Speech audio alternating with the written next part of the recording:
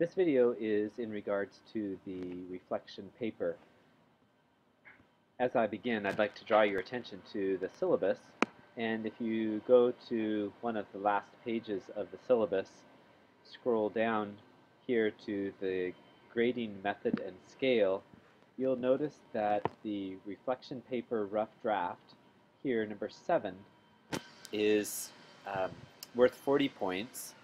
But the more important aspect of that is that the reflection paper here, number 11, which is the same paper and requires a B of better, is actually recorded in order to complete the class.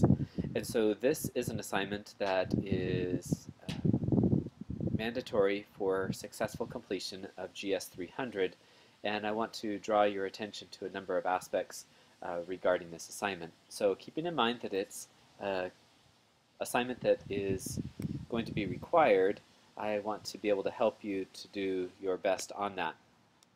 So we're going to go back to the weekly modules and click on week 3 and scroll down to 3.2 individual degree plan and reflection paper resources.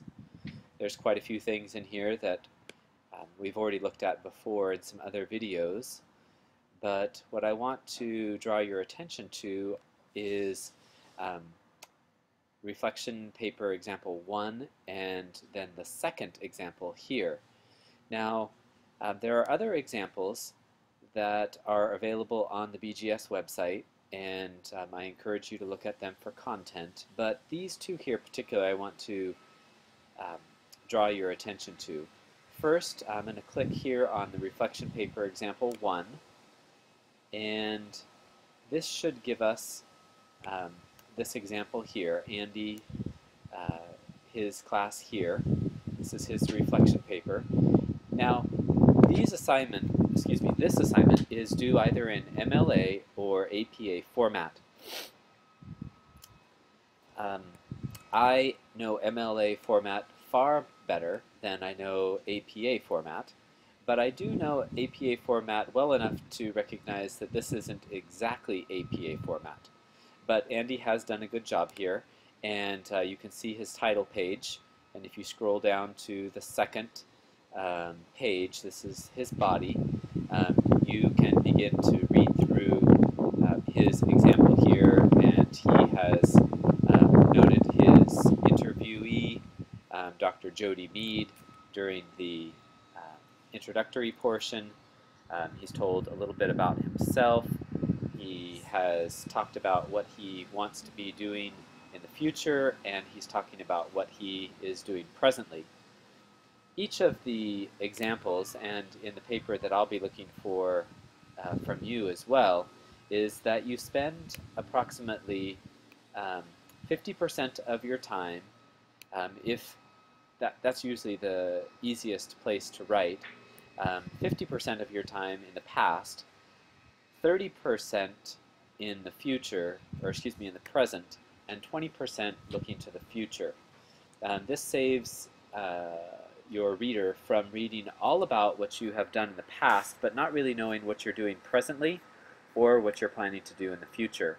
And so those are general guidelines, and there's going to be no particular ruler that's set to that. However, it will become very obvious if 80% of your paper is focused on what you have done in the past and only 20% of your paper is talking about the present and the future, what you're going to do. So pay particular attention to that, and you can review Andy's example here. I'm going to go back to the other example that is listed below that, and this one here, this is Tony. This is in MLA format, and Tony has a great paper here. There are a few adjustments that could be made in the format. Typically this is, the title is bold, but otherwise this is a very good paper. And so you can read through Tony's, you can read that online here by clicking at the links but notice it's double spaced, it has proper indentation, it has the proper um, margins as well. Tony has kept within the parameters of the assignment from 2 to 3 pages, and he has met all of those aspects of the assignment. And so I commend Tony for an excellent paper here and encourage you to take a look at both of these examples here and be sure to read through the assignment. Right now it's not posted exactly how that is to be, but MLA format or APA format is what's expected. So again, a maximum of 50% on the past, 30% on the future, or excuse me, on the present, and 20% in the future is the general guidelines that I'd like you to consider when crafting this. Also keep in mind that you are doing a reflection presentation, and we're not wanting you to just merely give us a narrative of your presentation. However, it's often the case. But begin to craft this paper as you begin now. Tell us a little bit about yourself, where you've been in the past.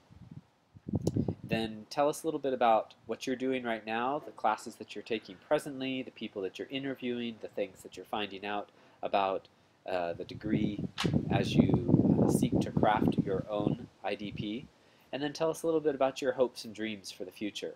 This will be a great paper, and I will help you along with the Writing Center to massage that and turn it into an excellent paper. So that's all for this presentation on the reflection paper. Thank you.